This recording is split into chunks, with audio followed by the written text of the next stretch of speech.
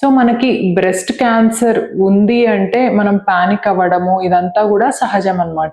So మనకి ఎప్పుడైతే reproductive age గ్రూప్‌లో బ్రెస్ట్ క్యాన్సర్ అనేది బయటపడుతుందో, సో దానికి తగ్గట్టుగా కీమోథెరపీ అనేది తీసుకోవడం ట్రీట్మెంట్ పరంగా చాలా ముఖ్యం అన్నమాట. మరి కీమోథెరపీ తీసుకున్నప్పుడు ఏమవుతది? ఆ సైడ్ ఎఫెక్ట్స్ వల్ల మనకి ఎగ్ రిజర్వ్ అనేది కూడా తగ్గిపోతది. సో మనము ఫస్టే కీమోథెరపీ తీసుకునే కంటే ముందే మనం ఫస్ట్ ఎగ్ ఫ్రీజింగ్ గురించి మనం ఆలోచించుకోవాలి. లేదు పెళ్ళైన వాళ్ళు ఎంబ్రియో ఫ్రీజింగ్ గురించి ఆలోచించుకోవాలనమాట. ఇది చాలా ఇంపార్టెంట్ మనకి ఎగ్స్ కానీ, ఎంబ్రియోస్ కానీ ఫ్రీజ్ చేయడం. సో వన్స్ మనం అవి ఫ్రీజ్ చేసుకున్న తర్వాత, ఆ ట్రీట్మెంట్ అనేది ఫినిష్ చేసుకొని, ఆ తర్వాత మనం డాక్టర్ ఈ కన్సర్న్‌తో మనం ఆంకాలజిస్ట్ కన్సర్న్‌తో ఇప్పుడంతా బానే ఉంది.